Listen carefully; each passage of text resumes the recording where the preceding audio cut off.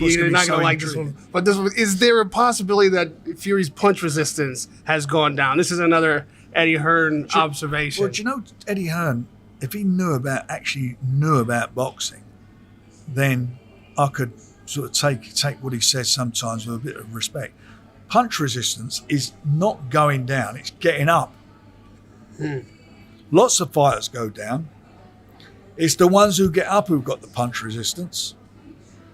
He got knocked down in his last fight before that twice against the biggest puncher out there, got up and done what he had to do. In the first fight, he got knocked down, was it a couple of times in that? Yeah, twice. Twice, yeah. But... Got knocked and got up against the hardest pain. That's called punch resistance. That is punch resistance. Larry Holmes had it. Punch resistant. Great fighter. Punch resistant. Muhammad Ali had it. Went on the floor, got up. Punch resistance.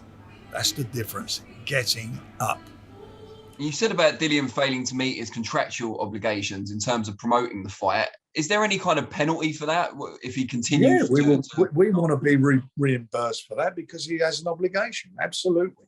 You know, look, contracts work both ways. Remember this contract, and it annoys me when Hearn keeps banging on about we negotiate the contract. We were doing this. He was doing nothing. He had nothing to do with it.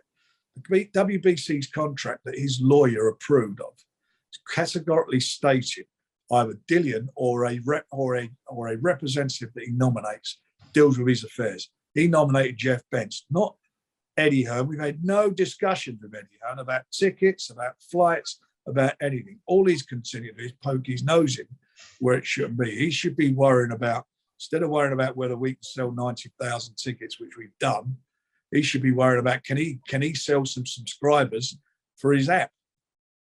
Because old Len Blavnovic's certainly not going to keep funding that forever. So just get on with your business. Let us get on with our business. We know what we're doing. We're happy. Tyson's very, very happy. And I've got to tell you something, and Dillian Whyte should be happy.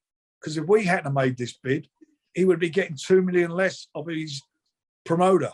From Frank Smith to Frank Warren. Frank Warren said yesterday he questioned what drug-free sport tests for, and Alicia Baumgartner's statements with Matchroom Boxing. Can you respond to that? Yeah, I saw his comments. Most were untrue. I don't think he knows what he's talking about. Some of the substances he was talking about are actually just tested via bloods. She was tested for those via bloods, also via urine and other tests. It's a completely random protocol. Drug-free sport test, the WADA list. VADA tests differently to UCAD, etc. It's exactly the same laboratory that VADA used in Salt Lake City. It's exactly the same chain of command.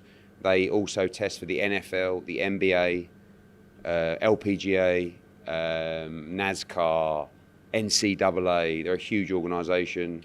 And yeah, I just think sometimes, I don't mean to be talked down to small hall promoters, but at the same time, they shouldn't really talk on stuff they don't really understand. When Frank Warren had a pop at the Zone recently as well. Frank Warren suggests that they've only got 20,000 UK subscribers. Firstly, I would say, when I speak to Zane, I say, you should just release your numbers. Frank Warren, if he said that, let me tell you something now. I will get the figures from that show that was on Saturday, if you can call it a show, Avanesian against Metz. One of the worst bits of matchmaking I've ever seen. Do you imagine if I did Avanesian Metz as a main event? Embarrassing, right? And I'll get the viewing figures from the previous BT Sports show, which I can't remember who headlined that one. And DAZN's numbers will beat those shows comfortably. Conlon Wood, Warrington Martinez. These are people that talk absolute rubbish. Rubbish. But that's okay. Keep doing what you're doing with Avanesian Metz and the other one at York Hall. And we'll keep doing Conlon against Wood. We'll do Warrington against Martinez. We'll do Taylor against Serrano. We'll do Canelo against Bivol. We'll have Golovkin against Murata on the platform. So, Canelo Bivol is pay-per-view, though. One of those is not like the others. No, not in the UK. Okay, there you go. Now, we spoke to you last week, as we were talking about just now, and You said that Matchroom should stop worrying about your business in terms of Fury, Usyk. That was put to Eddie Hearn by one of my colleagues, and he said it is his business because he helps to promote Filip Hrgović, and they felt that fight was announced to put off the mandatory of Hrgović. What do you make of his response? Well, that's stupid. Look, what happened was that we made the fight, and all the governing bodies, we had to then put the contracts in. Once we put the contracts in the IBF case, they would obviously tell Hrgović what the position was. So what would have happened then? You'd have had them announcing our fight. So that's the reason we did it. You know, that's it. We haven't talked about it. All we said, it's signed. That's all we've said. And that's it. And I'm not in the Hrgović business. You know, if I was Hrgović, I'd be looking at them and thinking, you know what, fellas, I've been sitting around on my arse waiting a long time for this. Maybe I should be seeing if how long I've got left on my contract. Maybe I should be going elsewhere. If I go with somebody who's going to make it happen for me.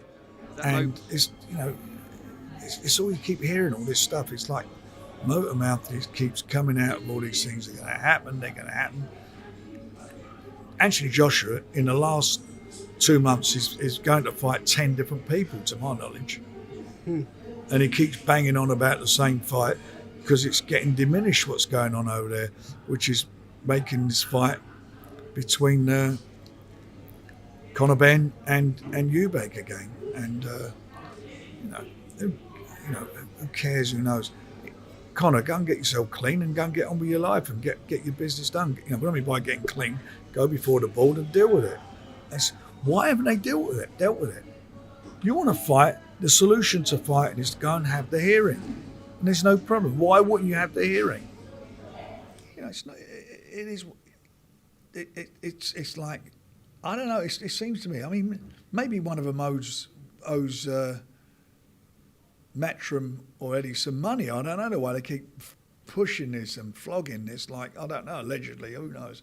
But I just don't understand why he pushes it so much. From day one, he's not acknowledged anything. All he keeps saying, he's innocent, I know him, he wouldn't do this. Well, if you know him and he wouldn't do it and everything, then go and have the hearing. Not too popular with yourself is Frank Warren, who said to you through Danny Flexen and SecondsOut, stay out of my business in terms of making the Fury Usyk. Just your response to that? It's not really just his business, it's Filip Hrgovic's business. And he'd be doing the same. I mean, don't forget, you know, he was straight in sending letters to the WBA about Daniel Dubois' low blow. All of a sudden, he's not supporting Daniel Dubois anymore. He's just sort of parked him up. Yeah, maybe he can get a chance down the line. So at the end of the day, Fury Usyk have nothing to do with us. We have to represent our fighter. And the reality is that mandatory should have been called for Filip Hrgović. It hasn't. We want to know why. We want to know why the rules haven't been followed. And yeah, we will stand by that and make sure that we do the best for our fighter. So, you know, I'll stay out of his business. He can stay out of mine, which is making sure that we do right by our client. And that's what we'll do. Obviously, you own Matchroom. How do you compare your stable to Frank Warren's? Like Tesco versus the shop on the corner. Just Tesco versus the shop on the corner? Yeah, I mean, it's like, it's just different level. I mean, you're talking about a global powerhouse against a British promoter, a very, you know, a legendary British promoter. But, you know, obviously, when you talk about the strength of the global stable, you know, it's not comparable. Obviously, with Tyson Fury, is he digging a deeper hole for himself, do you feel? It's not even Tyson Fury. And I saw Frank Warren's interview yesterday, and it's like 10 steps back. You know, I mean, he really needs to just pack it in. And I say the same to my dad as well sometimes. I mean, George Warren probably watched that interview like, what are you doing? You know, I spoke to George. We both agreed to be sensible and no one's going to say too much. And then that video comes out and I think people have had enough. You know, you see the comments. It's like people don't believe what they say. I don't think they really have anywhere to go. But we just, you know, we're continuing with our plan, which is August the 12th and December. What was AJ's reaction when he heard the name Tyson Fury linked with him again? Oh, but that's how seriously people take him now. He wants to fight him, but he's just not going to base his career over a possible fight with Tyson Fury right now when he's got August and December planned. AJ.